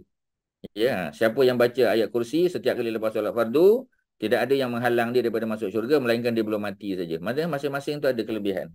Ya, jadi bismillahirrahmanirrahim kan, ya, sampai habis. Menjaga kita sepanjang siang. Baca lepas maghrib, jaga sepanjang malam. A'udzubikalimatillah hitam. Maknanya semua benda tu ada bonus dia. Plus pula zikir juwairiyah, lagi handal lah, lagi bagus lah tuan-tuan. Ya, jadi jangan tinggalkan zikir-zikir ni. Bukan lama sangat pun, tak sampai setengah jam pun. Ya, kalau kita rakam tu lagi mudah. Ya, tuan-tuan boleh cari je di YouTube, ada banyak, ya, di Google, ya, cari. InsyaAllah ada, ya. Cuma macam tadilah, kadang-kadang ada juga bacaan-bacaan yang tak sabit pada Nabi. Itu lebih pada apa kita panggil cadangan. Ya, ada juga, ya, doa-doa tertentu yang kadang-kadang bukan daripada Nabi. Ya, yang tak salah kita baca. Tetapi kalau ada yang daripada Nabi, daripada para sahabat, itu kita utamakan. Ya, macam orang selalu tanya. Dia kata, saya suka baca ni, saya dah biasa Ustaz. Dia kata, ya, tidak salah. Tapi yang Nabi punya tu baca dulu. Habiskan yang Nabi ajar. Habiskan yang Abu Hurairah buat, apa semua sahabat, Abu Bakar, Umar, semua selesai dah. Ya, barulah tuan-tuan nak tambah dengan benda lain. Tak salah. Ya, lebih-lebih lagi kalau maknanya betul. Ya, doa-doa sama tuan-tuan. Ya. Macam doa makan kita kata, ya, Allahumma barik lana fima razaqtana wa qina azabana. Kita dah hafal tu daripada dulu. Tetapi hadisnya dhaif. Ya, boleh tak baca doa tu? Boleh. Tetapi pasal apa kita tak baca doanya lebih sahih? Doa makan yang lebih sahih kan? Allahumma barik lana, ya, fihi wa at'imna khairan minhu. Allahumma barik lana fihi. Ya Allah berkatilah, ya, pada apa yang ada ni, yang di hadapan kami ni. Ya, Allahumma barik lana fihi wa at'imna khairan minhu. Dan berilah kami makan, ya, sesuatu yang lebih baik daripada ni di syurga besok. Ya, jadi doa tu doa yang sabit, ya, doa yang sahih dalam dalam Sunan At-Tirmizi ada, dalam Sunan Abi Daud, ya. Jadi kalau kita boleh tambah, ya, yang dah ada tu dah bagus. Ya, tapi sebab hadisnya dhaif, dia tak ada hal boleh. Sebab dia bukan hukum. Ya, dia adalah doa. Doa maknanya bagus, okeylah. Tapi ada doa yang lebih bagus, yang lebih sahih, so kita tambah. Ya, ingat tak masa Kak Zainab tanya Ustaz. Dia kata selalu kita doa tidur malam. Apa doa tidur malam Kak Zainab? Ya, doa yang pendek itu. Apa doa yang selalu Kak Zainab baca sebelum tidur? Allahumma Bismillahirrahmanirrahim. Allahumma bismikallah boleh. Ya, bismikallahumma pun boleh. Ada dua riwayat. Bismikallahumma ahya wa amut. Boleh baca? Boleh. Itu saya Bukhari. Tapi oleh kerana kita nak buat sesuatu yang lebih bagus lagi pada itu. Ya, yang ada bonus kan? Ya, Allahumma aslamtu nafsi itu. Ya Allah, aku serahkan diriku kepadamu. Ya, aku serahkan urusanku kepadamu. Ya, aku hadapkan wajahku kepadamu. Yang tu yang lebih panjang. Siapa yang baca tu sebelum tidur, ya, kalaulah Allah takdirkan dia mati dalam tidur, maka dia mati dalam fitrah Islam. Dia ada bonus. So bonus tu kita kena kejar lah tuan-tuan. Ya, bonus-bonus ni semua kita kena kejar. Ya, sebab dia menjanjikan, ya, kejayaan. So jangan tinggal. Yang kita dah baca tu amal terus, tak ada masalah. Tapi kita tambah sebab kita upgrade amal kita tuan-tuan. Dulu kita tak buat, sekarang kita dah tahu pasal apa kita tak buat. Ya, kena ambil masa sikit, ya. Kalau benda-benda lain kita boleh buat, pasal apa dalam bentuk zikir, doa, ibadah ni kita tak boleh tambah. Ya. Dan tambahan-tambahan tu pula, ya, dia datang daripada hadis-hadis yang sahih. Oh, lagilah motivasi kita tuan-tuan. Ya, kita motivated untuk buat benda-benda macam tu. Ya. Jadi Ustaz kita panggil mengingatkan diri Ustaz dan juga tuan-tuan dan perempuan ambil, ya, mana-mana yang kita dah tahu tu catat, ya, ulang-ulang dan amalkan. Ya, jangan lepaskan peluang. Kerana dunia tempat kita bercucuk tanam. Ya, dia punya hasilnya kita ambil di akhirat besok tuan-tuan. Jangan abaikan, ya. Ada apa soalan? Silakan. Ada apa? Ustaz. Ya. Sorry. Terus. Dalam salah satu kuliah Ustaz ada sebut doa elak nyanyuk. Boleh tak Ustaz repeat? Allahumma inni a'udzubika tu samalah, ya. Allahumma inni a'udzubika min an uradda ila arzalil umur. Nanti Ustaz kena carilah sebab panjang di doa dia. Bukanlah panjang sangat. Allahumma inni a'udzubika min an uradda ila arzalil umur. Allahumma inni, ya Allah, aku berlindung, ya. Allahumma inni a'udzubika, aku berlindung kepadamu wahai Allah, min daripada an uradda, daripada aku dikembalikan, ila kepada arzalil umur, ya, kepada umur yang buruk. Umur buruk tu mana nyanyuk lah. Ditafsirkan oleh sebagian ulama, ya, umur nyanyuk. Jangan sampai kita ni nyanyuk. Sebab bila nyanyuk tuan-tuan, habis dia punya, ya, kemuliaan diri kita habis dah. Ya, dan kita akan menjadi orang yang terfitnah. Ya, sebab kita dah tak boleh kontrol diri kita dah. Ya, kita dah tak ingat, kita dah lupa. Ya, jadi boleh menjadi sebab anak-anak kita pun jadi durhaka pada kita sebab tak sanggup nak layan kita. Ya, jadi kita doa, Allahumma inni a'udzubika min an uradda ila arzalil umur. Ya, Allahumma inni a'udzubika min an uradda ila arzalil umur. Kak Zainab ulang balik. Setakat yang dah tulis tu. Ulang balik. Allahumma inni a'udzubika min Min an uradda ila ila anzalil umur. arzal, ya, arzal. Ya. Anzalil. Ya, dia hamzah di atas alif, hamzah atas alif, ra zal, zal lam, arzal. Ini a'udzubika min an uradda zalil umri. Ila arzalil umuri, arzalil umuri, umur. Umuri. Ya, ulang balik sekali lagi. Puan Sri, ulang. Allahumma inni a'udzubika min an uradda ila arzalil umri. Umuri, min, umuri, ya. Umuri. Ain dhammah, min dhammah. Betul. Allahumma inni a'udzubika min an uradda, ya, uradda ila arzalil, ya, arzalil umuri. Ya, betul. Ya, itu doa supaya kita jangan sampai nyanyuk, ya. Mana kalau hidup Allah panjangkan usia, tetap dalam keadaan masih sihat, ya, dari segi pemikiran. Supaya kita boleh zikir, kita boleh berdoa, kita boleh mengingati Allah lagi, ya. Itu yang paling penting. Ya, sebab bila sampai ke peringkat, ya, umur kita umur yang buruk, tak ada harga lah. Ya, jadi kita tak nak, ya, supaya kita punya hidup, sebab bila manusia dipanjangkan usia ni, ya, wa man nu'ammirhu nunakisu fil khalqi, dalam surah Yasin kan. Ya, dan sesiapa yang kami panjangkan usianya, kadang-kadang dia boleh balik kepada keadaan asal dia. Mana jadi macam kanak-kanak, budak-budak balik. Tak nak.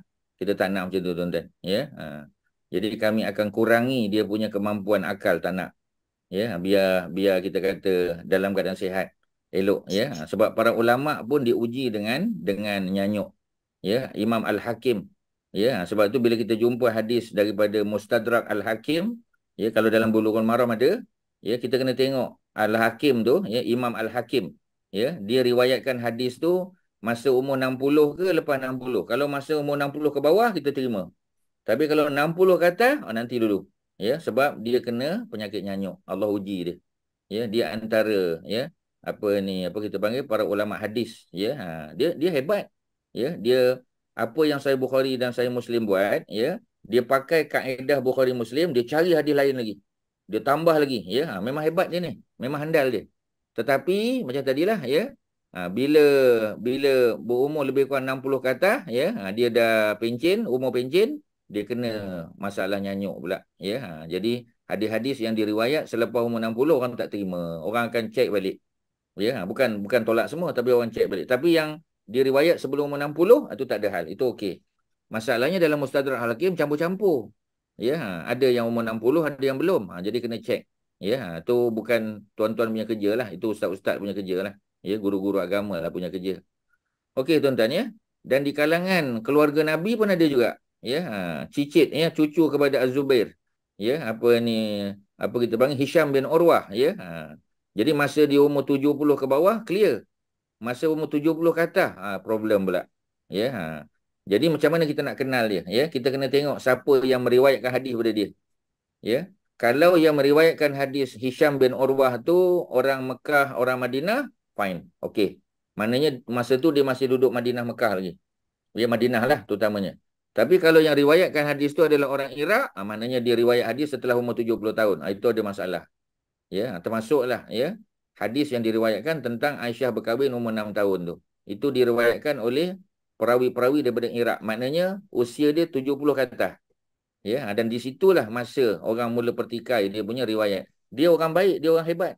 Dia anak pada Urwah bin Az-Zubair. Urwah bin Az-Zubair itu anak Asma. Maknanya anak saudara pada Aisyah, ya. Tetapi anak pada Urwah tu, anak dia Hisham, dia tak jumpa Aisyah. Ya, pasal Aisyah dah wafat, 3 tahun lepas Aisyah wafat, barulah Hisham bin Urwah lahir. Macam mana dia nak jumpa Aisyah, dia tak jumpa. Ya, walaupun dia pangkat cucu tapi tak pernah jumpa. Jadi bila tak pernah jumpa tu ada isu lah.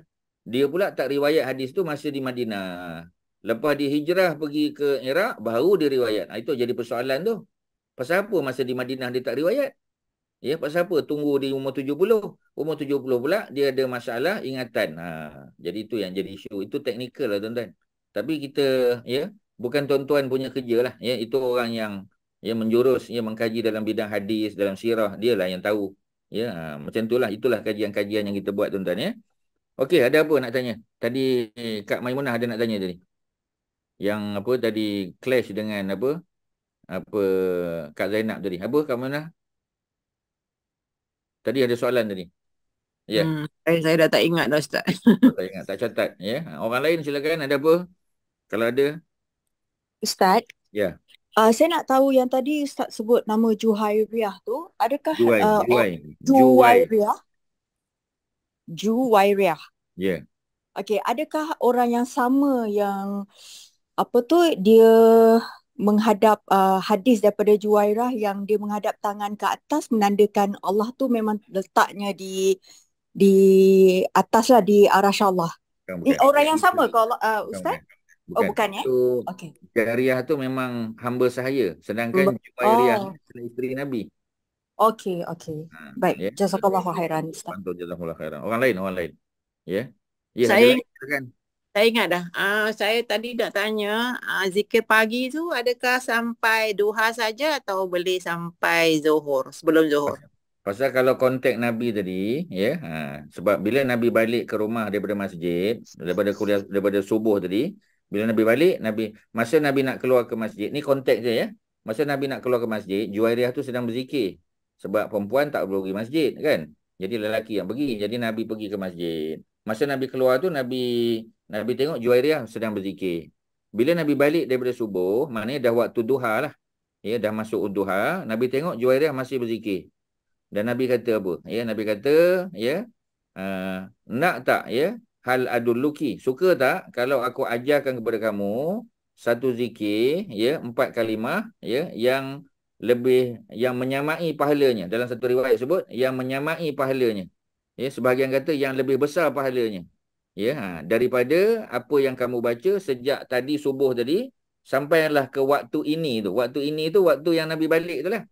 Ya, maknanya waktu duha tu. Ya, waktu duha awal tu. Ya, jadi maksudnya dia kata dah tentulah dia nak Nabi berajar 4 kalimah tadi. Subhanallahi wa bihamdihi tadi. Ya. Jadi kalau nak tengok konteks, maknanya waktu tu. Maknanya jangan tengah hari sangatlah, ya. Mana masih lagi kita kata waktu awal-awal duha tu. Tapi kalau kita dah terlupa nak buat macam mana kan? As long as waktu duha, dari segi harus buat, memang harus lah. Tapi timing, the right timing, the best timing, ya, ialah pada waktu awal duha tadi. Mana lepas subuh dah boleh baca dah. Ya, pasal Nabi jawab, ya, Nabi respon kepada perbuatan Juwairiyah tadi. Itu je lah kalau Ustaz boleh bagi pandangan. Ya. Cuma kalau dah terlupa, dah tak ingat kan? Pukul 10 baru nak baca. Tak adalah salah. Tapi adakah kita dapat manfaat macam yang Nabi sebut? Itu serah pada Allah lah. Ya, cuba usahakan untuk buat di awal duha. Ya, ataupun selepas subuh sebelum duha pun boleh juga, tak ada masalah. Okey, ada lain? Tuan-tuan ada apa? Ya. Ustaz, lepas asar sampai maghrib ke sebelum isyak? Yang mana? Zikir petang. Zikir petang. Sebab zikir petang ni kalau terjemah orang putih, evening. Ya. Evening prayer. Kalau evening tu mana maghrib. Maghrib sampai isyak tu evening. Ya. Ada yang before maghrib, ya, maknanya lepas asar before maghrib, ada yang lepas maghrib sampai isyak. Ya, sebab evening tu kalau English kita terjemah memang maghrib tu. Sebab maghrib dipanggil evening prayer. Kalau asar kita masih panggil afternoon, late afternoon prayer. Ya, tapi bila terjemah bahasa Melayu, kita terjemah zikir petang. Jadi orang Melayu bila faham petang, petang tu ialah antara asar dengan maghrib. Memang ada zikir yang antara asar dengan maghrib. Macam kita baca Alhamdulillah kan? Alhamdulillah 100 kali tu. Alhamdulillah, Alhamdulillah, Alhamdulillah 100 kali kan? Itu memang menjelang maghrib. Jadi menjelang maghrib memang antara asar dengan maghrib lah. Ya. Tetapi macam Qul huwallah 3 kali. Itu lepas maghrib. Ya, Qul huwallah 3 kali lepas maghrib. Ya, kemudian Qul a'udzu birabbil falaq 3 kali. Qul a'udzu birabbin nas 3 kali. Ya. Cuma bismillahillazi la yadurru ma'asmihi syai'un fil ardi wala fis sama' wa huwas samiul alim. Itu ada dua riwayat. Ya, maknanya menjelang maghrib pun boleh, ya, lepas maghrib pun boleh. A'udzu bikalimatillahi tammah lebih kurang sama. Jadi itu ada beberapa perbincangan di situ, ya. Kalau macam ustaz baca dua-dua. Ya, sebab dua-dua pendapat tu ada. Jadi apa ustaz buat? Nanti tuan-tuan tanya, macam mana ustaz? Ya, ustaz bagi penyelesaian lah. Jadi sebelum maghrib pun ustaz baca, lepas asar tu, ya, menjelang maghrib, bismillahirrahmanirrahim, la yadurru ma'asmihi syai'un fil ardi wala fis sama' wa huwas samiul alim, dengan a'udzu bikalimatillahi tammah min syarri ma khalaq. Sebelum maghrib pun ustaz baca, lepas maghrib pun baca. Jadi kalau para ulama yang berpendapat lepas maghrib, kita dah cover lah. Ya, kalau sebelum maghrib tak ada masalah. Ya, ustaz baca bukanlah lama sangat, tak sampai seminit pun. Ya, jadi maknanya ustaz baca dua-dua. Ya, waktu. Sebab timing tu ada khilaf di kalangan ulama. Memang ada yang khusus, ya, pada waktu maghrib, evening, dan ada yang khusus pada waktu late afternoon. Macam itulah cerita dia. Boleh tuan-tuan? Ada apa lagi? Silakan. Sebab kita nak keluar pada khilaf, tuan-tuan, ya. Sebab dalam kaedah fiqh disebut, ya, al-khuruj minal khilaf mustahabun. Keluar daripada khilaf tu adalah disukai. Macam mana kita nak keluar daripada khilaf? Ada kata sebelum maghrib, ada kata selepas. Senang cerita, baca dua-dua. Sudah, tuan-tuan. Ya, clear. Ya, orang pun tak boleh nak komen kita. Ya, kalau kita baca sebelum, orang kata sebenarnya ustaz yang afdalnya lepas maghrib. Ya, baca lepas maghrib, orang kata afdal lepas asar pula. Senang-senang baca dua-dua sudah. Ya, tak ada siapa nak bising dah. Ya, sebab kita tak tahu yang mana satu bagus. Mungkin memang Nabi sebut dua-dua waktu. Lepas asar pun buat, lepas maghrib pun buat. Ya, sebab itulah ulama ada khilaf. Ya, sebab ulama khilaf apabila Nabi tak specify timing tu secara mutlak. Ya, maknanya Nabi ada sebut sebelum dan ada Nabi sebut selepas. Ya, kalau dalam apa kita panggil, ya, kalau dalam kaedahnya macam tadilah, keluar daripada khilaf tu adalah disukai. Ya, kita tak nak khilaf. Jadi bila tak nak khilaf, buat dua-dua. Sebelum pun buat, selepas pun buat. Selesai masalah. Clear. Okey, ada apa? Silakan. Tuan-tuan. Tak ada, ya? Tak ada. Ya. Apa ni? Apa? Doa untuk lepas duha, Rabbi Feli, wa tub alayya, innaka anta tawwabur ghafur tu kita buat 100 kali, Ustaz. Kalau tengok daripada riwayat memang 100 kali lah, ya. Tapi macam tadilah, ya, ada orang tanya kurang sikit tak boleh ke? Kita pun tak berani nak cakap sebab bila ada jumlah yang disebut oleh Nabi ataupun ulama dah buat keputusan, maka kita terimalah tu. Macam tasbih kan, tasbih 33 kan. Jadi pasal apa tak buat 30? Pasal memang dalam hadis Nabi sebut 33. Ya, man apa kita panggil, ya, man sabbaha, siapa yang bertasbih salasan wa salasin, ada sebut 33, memang Nabi mention. Jadi kita tak ubahlah, ya, melainkan kalau ada bilangan lain, memang ada pun, ya, bilangan dalam Sahih Bukhari, ya, Nabi baca 11 kali, subhanallah 11, ya, alhamdulillah 11, Allahu akbar 11, memang ada, ya. Jadi total dia 33 juga, ya. Sebab ada kan, bagi orang yang kelang kabut bacalah 11 11 11. Dan dalam Sunan An-Nasai ada Nabi baca 10 10 10 pun ada. Jadi makna 10 10 pun boleh, 11 11 pun boleh, tapi yang dapat bonus 33 33 33 tutup dengan la ilaha illallah wahdahu la syarikalah. Jadi kalau ustaz looking for bonus lah. Ya, jadi maknanya tuan-tuan dalam hidup kita kena buat amal, ya, yang satu according to Nabi ajar, yang kedua yang Nabi mention the bonuses tu. Bonuses tu memang kita grab lah tuan-tuan. Jangan abaikan, ya. Kalau tak boleh buat selalu pun, sekali-sekali kena buat juga. Okey, ya, selesai. Ada apa lagi? Tak ada apa, ya? Okey. Kalau tak ada apa, teruslah, ya. Dalam hal ini Rasulullah benar-benar memiliki akhlak yang sangat agung. Bagaimana tidak, baginda tidak pernah bernafas di dalam gelas ketika sedang minum. Jangan. Yang nak bernafas kat luar. Ya, jadi kita ambil acawan, kita jangan ambil nafas ataupun tiup. Ya, sebab tu air yang panas jangan ditiup. Ya, makan mi sup panas, ya, makan apa kita panggil, ya, mi celup sebagainya, ya, jangan tiup, biarkan. Ya, biar dia boleh makan, ya. Jadi masa panas tu biar dulu. Air yang sangat panas biar dulu, ya, jangan ditiup. Ya, kerana itu adalah adab.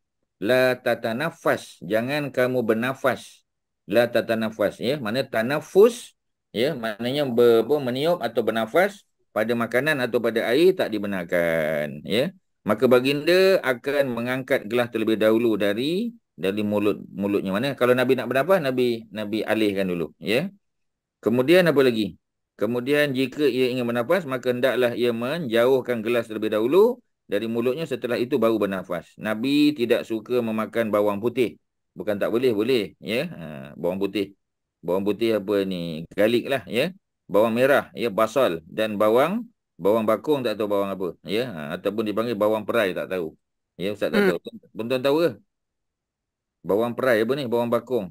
Ya, kalau tahulah. Tak tahu, ya. Tak tahu, tak tengok English dia lah, ya, tengok terjemahan dia. Ya, dalam dalam Google tu tengok bawang perai atau bawang bakung, apa English translation dia. Ini, ya, kerana baginda selalu berbicara dengan malaikat Jibril, ya. Dengan malakul Jibril, ya, bau tidak sedap yang ditimbulkan sebab memakan bawang tidak layak bagi sebarang urusan seperti Rasulullah. Seorang utusan seperti Nabi. Jadi Nabi tak makan benda tu kerana Nabi kerap ditemui oleh Jibril. Antara adab dan akhlak Nabi dalam hal makanan, ya, adalah baginda tidak pernah mencela atau, ya, kita panggil satu jenis makanan, sekalipun jika baginda berselera terhadap salah satu makanan, maka baginda memakannya. Apabila tidak, maka baginda akan tinggalkan.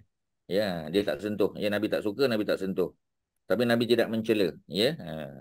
Namun ketika ada berjenis-jenis menu, ya, makanan yang tidak biasa baginda makan, baginda tidak menyukainya, maka baginda tidak memakannya, tinggalkan saja. Ya, akan tetapi pada waktu yang sama baginda juga tidak melarang orang untuk makan, ya, macam biawak padang pasir lah, ya, dop tu. Jadi Nabi tak biasa makan. Jadi bila Khalid tanya, ya, haramun hadza ya Rasulullah, benda ni haram ke? Nabi kata tak, cuma aku tak biasa makan. Sudah. Pada suatu ketika baginda dijamu dengan dop, ni Ustaz sebut tadi, ya. Jadi dop yang digrill, ya, namun baginda tidak merasainya. Ya, Nabi tak makan. Ya. Haji Bawang apa? bakung tu is leek. Apa tu? Leek dia macam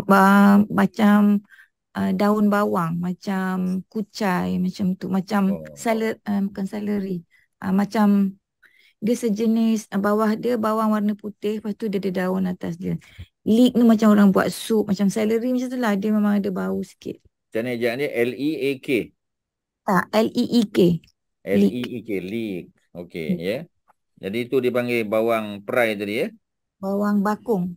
Bawang bakung, ya? Oh, okey. Orang Jawa panggil apa tu, apa Kak Suarti? Tak tahu. Tak tahu, ya? Manalah tahu, ya. Okey, ya, selesai kat situ, ya, kita tahu Nabi sangat beradab. Kalau Nabi tak suka, Nabi akan tinggalkan, ya. Jika baginda Rasulullah bersin, maka baginda akan menahan suaranya agar tidak terlalu kuat, ya. Mana tutuplah dengan dengan tuala contoh, ya. Ada tisu sebagainya. Baginda menutup dengan pakaian atau tangannya, atau baginda akan menutup wajah dan mulutnya sekaligus. Ada riwayat di bawah, ya. Kemudian apa lagi, ya, kita tengok di bawah tu, jika baginda tidak menyukai perbuatan yang dilakukan oleh seseorang, maka baginda, ya, tidak terus mengkritik, ya. Nabi tak terus tegur, ya. Biasanya Nabi akan minta seseorang pergi jumpa dengan orang tadi. Nabi tak cakap depan-depan. Cuma Nabi panggil beberapa sahabat, ya, ataupun seseorang, Nabi kata pergi jumpa dengan orang tadi, bagi dia nasihat, macam tu, ya. Ataupun Nabi panggil dia secara peribadi. Kemudian apa lagi, ya, dia punya ungkapan tu, bagaimana keadaan kaum yang melakukan begini dan begini, ya. Akan tetapi baginda menggunakan ungkapan ma balu aqwamin, ya, yaf'aluna kaza wa kaza, ya. Macam mana cerita ni, ya. Ada satu kaum, ada satu kumpulan manusia yang buat begini-begini, ya, so and so dia buat. Jadi macam mana, ya. Nabi, mana sahabat dah tahu dah. Ya, maknanya Nabi tak suka perbuatan dia tadi. Ya, macam kita baca dalam kitab Syama'il Muhammadiyah, ada seorang lelaki dia datang dengan pakaian dia penuh dengan, ya, kita kata kita panggil macam kunyit. Ya, kunyit punya macam kuning-kuning tu kan dekat dekat pakaian dia. Nabi tak suka penampilan dia. Tapi Nabi tetap layan dia. Bila dia tanya soalan, Nabi jawab. Bila dia tanya khabar, Nabi jawab. Ya, cuma Nabi tak suka penampilan dia tu. Jadi bila dia dah pergi, Nabi arahkan seseorang untuk ikuti dia tadi dan bagi nasihat. Supaya lain kali bila dia datang, ya, dalam kita panggil dalam majlis-majlis tertentu, kalau boleh biarlah presentable lah sikit. Ya, janganlah sampai peringkat begitu kita kata, ya. Sebab mungkin, ya, mungkin bukan warna tu sangat, tetapi mungkin bau dia tu, ya, bau tadi tu, ya, mungkin bau kunyit ke ataupun, ya, mungkinlah, ya, kita tak tahu sebab dalam hadis tu tak sebut, ya, dia cuma kata sesuatu yang berwarna kekuning-kuningan, ya. Jadi sebahagian kata macam kunyit lah, ya, ataupun benda lain, ya. Kita tak tahu apa bendanya, tapi Nabi tak suka penampilan dia, tapi Nabi tidak tegur lah directly depan-depan orang. Kemudian apa lagi? Baginda sebut kullu ma'rufin, setiap benda yang baik. Ya, setiap benda yang baik, ya, benda yang apa kita panggil, ya, benda yang bagus, ma'ruf dipanggil sadaqatun, adalah sedekah. Benda baik ni semua sedekah. Wa minal ma'ruf, ya, dan sebahagian daripada benda baik itu ialah antalqa, engkau bertemu dengan akhaka saudaramu biwajhin talqin, dengan wajah yang ceria. Ya, jadi kita tunjuk wajah yang ceria pun dapat pahala dah. Wa an, ya, tufriga min dalwika bi fi ina'ihi, ya, fi ina'ihi. Jadi kalau kita jumpa dengan seseorang, kita senyum, kita wajah ceria, ya.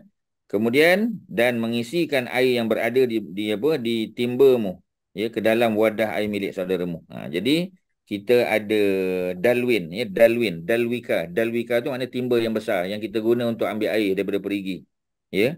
Kemudian ada orang datang bawa inak tu bekas minuman yang kecil macam cawan ke gelas ke, ya. Jadi kita tuanglah kepada orang tadi, ya, ya, antufriga, supaya engkau menuang, ya, air yang ada dalam timbamu kepada cawan ataupun bekas minuman yang dibawa oleh seseorang. Jadi maksudnya dalam bab tadi kita kongsilah, belajar untuk berkongsi, ya. Ali bin Abi Talib karamallahu wajhah, kira beliau tu karamallahu wajhah, ya, radhiyallahu anhu, ya, menyebut bahawa Rasulullah sallallahu alaihi wasallam adalah seorang manusia yang selalu bermuka ceria, ya, ramah, ya, lemah lembut akhlaknya, halus dan selalu tersenyum. Walaupun Nabi dalam keadaan sedih, ya, walaupun Nabi dalam keadaan sedang sedang bersedih, ya, tetap Nabi berusaha untuk berwajah ceria. Jangan nampak muka ketat sangatlah, ya. Mana kita usaha juga. Ya, sebab apa? Ya, sebab Nabi adalah public figure, ya. Orang datang nak jumpa Nabi, ya. Orang datang nak tanya soalan, ya. Jadi Nabi kena berketerampilan, ya. Setiap kali bertemu dengan para sahabat selalu serius, nampak tertarik, ya, dan memperhatikan dengan serius terhadap setiap pembicaraan. Jadi kalau orang tanya, kita bagi perhatian lah. Ya, kadang-kadang mungkin benda yang ditanya tu benda yang remeh, tapi tak ada masalah. Kerana mungkin ada orang yang tak dapat lagi, ya. So kita layan. Kadang-kadang baginda tertawa hingga kelihatan gigi gerahamnya. Nabi bukan tertawa sebenarnya, macam ketawa lah, ya, tapi tak keluar suara. Ya, sehingga nampak gigi geramnya. Disebutkan juga bahawa baginda adalah seorang manusia yang paling suka tersenyum dan ketawa, menyukakan dan bersikap, ya, ringan tangan, senang nak menolong orang. Sayyidah Aisyah, ya, Sayyidah tu maknanya tadilah penghulu perempuan ataupun puan, madam, ya, Sayyidah tu radhiyallahu anha menceritakan bahawa Nabi ketika berada di rumah bersama keluarga, maka baginda selalu ceria, tersenyum dan ketawa. Ya, keceriaan dan kemurahan senyum Nabi itu tidak hanya terbatas ketika berada di dalam rumah saja bersama keluarga, tetapi juga ketika sedang berada di luar rumah. Dengan setiap orang, baginda selalu menampakkan wajah ceria, selalu dihias dengan senyuman. Baginda bersabda, rawihu anil qulub sa'atan, ya, ba'da sa'atan. Rawihu, ya, maknanya apa? Maknanya segarkan, ya. Segarkan ataupun hiburkanlah al-qulub, hati kamu, ya, dari masa ke semasa, mana secara berkala, ya. Sekali-sekali tu jangan serius sangat. Ada senyum-senyum juga, ya. Ada jenaka juga Nabi buat, ya. Tapi jenaka tu tak boleh benda tipu, tak boleh, ya. Benda yang real, ya. Contoh macam kita kata wanita kan, perempuan yang datang jumpa Nabi, dia tanya, di syurga ni ada ke orang tua macam makcik ni? Ya, jadi Nabi kata dalam syurga tak ada orang tua. Ya, jadi makcik tu ingatkan dia tak layak masuk syurga lah. Ya, Nabi bergurau sebenarnya. Ya, tetapi makcik tu jadi sedih pula. Ya, dia tak faham. Kerana semua orang tua di dunia yang sudah lanjut usia, kalau dimasukkan dalam syurga, dia akan dimudakan. Sebab tu dalam syurga tak ada orang tua. Bukan maknanya orang tua tak masuk syurga, ya, tapi kerana orang tua tadi akan dimudakan sebaya umur Nabi Isa alaihissalam, ya, sekitar 30 hingga 33 tahun. Ada dua riwayat. 30, ada kata 33, ya. Muda balik. Ya, dan apa kita panggil, ditegangkan balik kulitnya. Dibaiki keterampilannya balik. Ya, dimandikan dengan mandian syurga kita kata. Walaupun dia sudah beratus tahun berada dalam neraka, tapi dia akan dibersihkan. Masuk dalam keadaan yang sangat berketerampilan, ya. Walaupun ya kita kata sebelum ni dia dihukum ya di dalam neraka. Tapi bila sampai waktu ya hukumannya selesai, maka dia akan dimasukkan ke dalam syurga dengan keadaan yang paling berketerampilan. Jadi nak bagi tahu bahawasanya mudakan balik, ya, dimudakan balik. Dan ya. Ustaz minta keterangan sikit, setiap kebaikan itu sedekah, Ustaz. Maknanya kalau kita buat baik, itu adalah sedekah kita. Is that what it means? Secara umum, ma'ruf ni segala benda baik. Anything that is good is called ma'ruf. Ataupun kita panggil hasanah. Ya, kalau hasanah kan. Ya, hasanah tu kebaikan. Tapi bahasa yang lebih umum ialah ma'ruf. Ya, ma'ruf ni benda-benda yang baik. Ya, benda-benda baik dan disukai. Apa saja, ya, senyuman, sedekah, ya, sedekah tu lagilah sedekah kan. Apa saja benda baik, ya, berwajah ceria tu minimum. Macam tadi kan, jangan kamu meremehkan benda-benda baik walaupun sekadar ya bertemu dengan saudaramu dengan wajah yang ceria, dengan senyuman. Maknanya semua benda baik paling kurang disebut ya berwajah ceria. Memberikan senyuman, ya, melemparkan senyuman pada saudaramu. Jadi apa saja kebaikan itu dianggap sebagai sedekah. Sebab tu orang kata senyuman kamu adalah sedekah. Tabassumuka fi wajhi akhika sedekah. Tabassum tu maknanya senyum kamu. Ya, orang Arab kata tabassam. Ya, tabassam maknanya senyumlah. Ya, tabassam, senyumlah. Kalau perempuan tabassami, senyumlah, ya. Jadi senyuman yang kamu lemparkan kepada saudaramu itu adalah ya itu minimum level of kebaikan lah, paling kurang, ya. Kita boleh buat benda lain lah. Macam-macam, kita boleh tolong orang, kita boleh doakan orang, kita boleh kita panggil bagi motivasi pada orang, pujuk dan sebagainya. Ya, itu lebih complicated kan. Tapi kalau senyum ni lagi mudah. Ya, berwajah ceria lagi mudah. Paling kurang tak senyum pun berwajah ceria. Ya, tidaklah ya kadang-kadang senyum sangat pun orang kata macam tak betul pula kan. Ya, jadi wajah ceria. Nampak ya kita punya keterampilan tu orang suka. Itu jauh lebih baik, ya. Walaupun pakaian kita biasa-biasa, ya. Kita pun tak handsome pun, ya. Tapi wajah tu biar wajah ceria. Orang tengok pun senang hati. Ya, macam tu. Sebab itu ya kita panggil malaikat Malik Zabaniah yang menjaga neraka tu, ya, wajahnya ketat, tak senyum pun, ya, sebab senyuman itu pun sudah melegakan orang. Ya, macam kita lah, ya. Bila kita jumpakan kawan tu ketat je muka. Ya, macam mana kita pun rasa tak selesa. Tapi kalau dia senyum sambut kita, ya, walaupun sambutan tu tidaklah terlalu hangat kita kata, tetapi senyuman dia tu, keceriaan dia tu sudah memberikan satu keseronokan pada kita. Okey tuan-tuan, ya, ada apa silakan. Sebelum kita tamat ada apa? Ya, ingat nak habis kan, nampaknya tak habis juga. Ada sekali lagi lah nampaknya ni, ya. Jadi kalau kita baca, ya. Rawihu anil qulub sa'atan ba'da sa'atin, ya. Jadi rehatkan, segarkan, hiburkan hatimu dari masa ke semasa, ya. Kemudian fa innal qulub, kerana sungguhnya hati kamu itu iza kallat, ya, kalau hati itu letih, ya, amiyat, maka dia akan jadi buta. Buta tu maknanya tak ada semangat. Ya, dia tak boleh nak mikir, ya. Sebab bila kita tertekan, kita tak boleh nak mikir. Ya, kita under pressure kan, ya. Ada orang under pressure lagi semangat. Ya, sebab tu kadang last minute study ni kadang bagus juga. Ya, bila last minute tu dia tak peduli dah orang bising ke, orang nak buat apa pun dia tak peduli, dia boleh fokus. Ada orang macam tu, tapi ada orang tak boleh. Ya, dia tak boleh, ya. Sebab tu kita tengok kadang ada budak-budak ni dia belajar, dia nak kena dengan lagu, nak kena dengan nasyid, nak kena dengan selawat. Ada setengah orang macam tu. Ada setengah orang tak boleh. Dia kata saya kalau nak belajar ustaz kena sunyi. Tak boleh bising-bising. Kalau adik-beradik apa bising-bising tak boleh. Ya, tapi ada orang boleh, ya. Kita tengok anak orang susah sebagai contoh, ya. Rumah dia pun ada 3 bilik aje. Ya, jadi ada bilik mak ayah, ada bilik anak lelaki, ada bilik anak perempuan. Ya, dia terpaksa belajar di ruang tamu. Kat situlah TV, kat situlah anak budak-budak main basikal, main apa macam-macam, ya.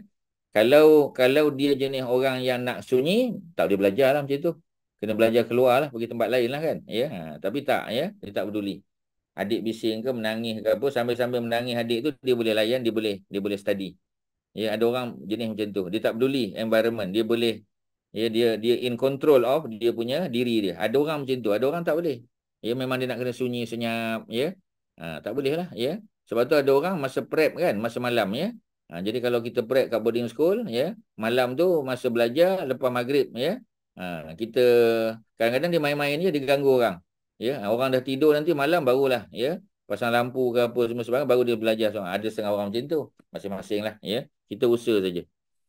Okey, jadi bila hati kita letih, ya, maka tak boleh nak mikir, ya, otak tak boleh nak berjalan. Rasulullah sallallahu alaihi wasallam seorang yang paling suka, ya, bermain dan bersenda gurau dengan anak-anak baginda, cucu baginda. Baginda adalah seorang yang suka bergurau dan membuat lucu ketika sedang berada di rumah bersama keluarga. Tapi lucu Nabi itu benda yang betul. Ya, bukan made up stories lah. Gurauan dan lucunya adalah yang sesuai dengan kedudukan baginda yang tinggi dan tokoh yang mulia. Ya, baginda memang gemar bergurau. Akan tetapi ketika bergurau, baginda tidak pernah mengatakan sesuatu kecuali yang hak, yang betul. Ya, bukan cerita tipu, bukan. Oleh itu, lucu dan gurau yang diriwayatkan daripada baginda semuanya dalam bentuk bahasa kinayah. Ya, bahasa apa kita panggil kinayah ni macam kiasan lah. Ya, kinayah ni macam kiasan. Menggunakan kata-kata yang tidak terang ataupun dipanggil metonimi, ya. Metonim, ya. Jadi dia bentuk tauriah. Tauriah ni maknanya sesuatu yang ada double meaning, ya. Yang ada dua makna. Ya, tetapi orang boleh faham, orang tahu, ya, maknanya apa. Ya, yang diingini adalah erti yang jauh, ya. Jadi sebut sesuatu tapi kadang-kadang memerlukan orang untuk fikir. Cuba tolong fikir kan, ya. Macam orang tanya, dia kata, ya. Ustaz, kalau Ustaz bagi contoh lah, ya. Apa sebutkan, ya, mi, ya, mi, ya, noodle tu, ya, mi, kita orang Melayu panggil mi kan, ya. Nak kata mi kasar bukan mi kasar. Nak kata mi halus pun tak mi halus, ya. Apa yang mi yang bukan kasar dan bukan halus? Mi apa tu? Contohlah, ya, kita apa kita panggil, kita buat teka-teki. Mi tarik. Ya, mi tarik dia kasar juga, dia besar, ya. Mi apa yang dia bukan mi kasar dan dia bukan kasar dan bukan halus? Mi apa tuan-tuan? Ya. Mi Maggi, mi halus lah, macam halus kan. Mi apa tuan-tuan? Ya. Milo. Mi apa? Milo air. Ya. Jadi mi yang bukan mi kasar, bukan mi halus. Apa jawapan dia? Ya, tak apalah, tuan-puan carilah. Ya, nanti bagi jawapan kat Ustaz. Okey, ya, itu dia punya. Itu contohlah, ya. Tapi jangan menipu, jangan bohong, ya. Tapi kita boleh main bahasa, ya. Maknanya kita panggil, ya, macam bentuk apa kita panggil, ya. Apa ni? Kita main dengan bahasa contoh, ya. Dia tapi dia bukan bohong, ya. Dia main perkataan, main bahasa, ya. Okey tuan-tuan, itu yang boleh Ustaz kongsi pada hari ini, ya. Kita selesai muka surat tersebut, ya. Ada satu hadis yang lain, okey. Ada satu hadis kita baca muka surat 410, ya. Inni la amzahu, ya, sesungguhnya aku bergurau. Ya, Nabi pun sebut, ya. Nabi kata inni la amzahu, sesungguhnya aku bergurau. Ya, ada nota kaki di bawah tu. Jadi bila Nabi bergurau, wala aqulu ilal haq. Mana Nabi bergurau, Nabi boleh buat lawak, tetapi lawak tu, ya, benda-benda yang hak. Ya, benda-benda yang hak, bukan benda bohong lah. Ya, jadi bukan benda bohong, ya. Dia main bahasa macam tadilah dia panggil tauriah, ya. Tauriah apa maknanya tadi? Menggunakan sesuatu perkataan yang memiliki dua makna. Pertama, erti yang dekat, dan kedua, ya, erti yang jauh. Yang diinginkan adalah erti yang jauh. Maknanya kadang-kadang makna yang lain. Contoh, saya bagi contoh satu lagi. Macam teka-teki, ya. Antara apa kita panggil, ya? Bukan, ya.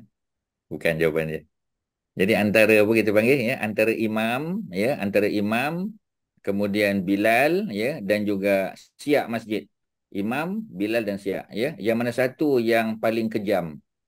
Yang paling kejam yang mana? Imam ke paling kejam, ya, Bilal ke paling kejam ataupun Tok Siak yang paling kejam, mana satu? Ya, tu mainan bahasa lah kita kata.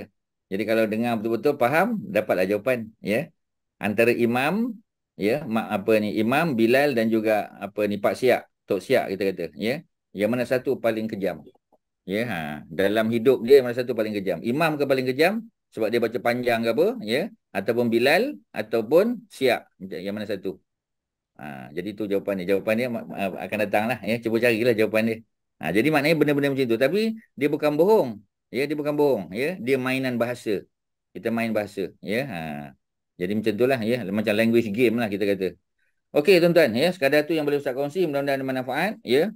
Tandakan muka surat 410, kita ada sikit lagi tuan-tuan, ya, tak boleh habis pada hari ni. Ya, ada 2 muka lagi kan, ya, tak sampai, ya. 1 2 muka, 3 muka. InsyaAllah kita habiskan dalam pertemuan akan datang lah. Ya, sekadar tu yang boleh Ustaz kongsi. Haji Mat Syah ada apa-apa? Ya, tuan-tuan dan puan-puan silakan kalau ada. Haji Nazri ada apa? Ustaz. Ya, silakan. Syah, okey. Terus. Saya ya. Kalau sakit Ustaz, kita jarang ceria dengan jarang senyum, dosa Ustaz. Taklah dosa, ya. Tapi maknanya macam tadilah kan, sebab kita sakit, orang datang kita ziarah kan, orang ziarah kita. Jadi the best that we can do lah, sebab orang tu pun kena faham kan, ya, sebab orang sakit. Jadi bila kita ziarah tu, orang yang datang kena buat sesuatu supaya menceriakan orang yang tak sihat tadi. Ya, mendoakan dia, ya, bagi motivasi, bagi galakkan kan. Tapi orang yang apa kita panggil, yang tak sihat, yang didatangi, diziarahi, kena cubalah, ya, untuk tidak, ya, sebab dia ada aura dia tu kan, ya. Jadi aura dia, kalau kita bagi aura yang baik, ya, mudah-mudahan, ya, respon pun baik juga. Cuba yang terbaik je lah, sekadar yang kita mampu, ya. Tapi macam tadilah, orang yang datang tu kena hargai, tak boleh berlama-lama, ya. Mendoakan tu jangan lupa, ya, bawa something yang kita kata boleh dimakan, boleh dirasai, dicicipi oleh orang yang sakit tadi, ataupun apa sajalah. Kena buat homework lah sikit, ya, benda yang boleh dimakan, benda tak boleh sebagainya. Macam itulah. Okey, lain ada apa tuan-tuan? Tak ada? Okey, kalau tak ada, Haji Mat Syah masih ada kat situ? Tak ada benda Ustaz, saya tak ada apa-apa. Okey, ya, tak ada apa, sekadar tu jumpa minggu depan insya-Allah. Terima kasih Haji Nazri dan tuan-tuan dan puan-puan semua. Assalamualaikum warahmatullahi wabarakatuh. Waalaikumsalam. Waalaikumsalam Ustaz. Ya, Terima kasih. Terima kasih Ustaz. Sama-sama. Jazakallahu khairan Ustaz. Wa antum jazakumullah khairan. Terima kasih Ustaz. Assalamualaikum warahmatullahi wabarakatuh. Assalamualaikum warahmatullahi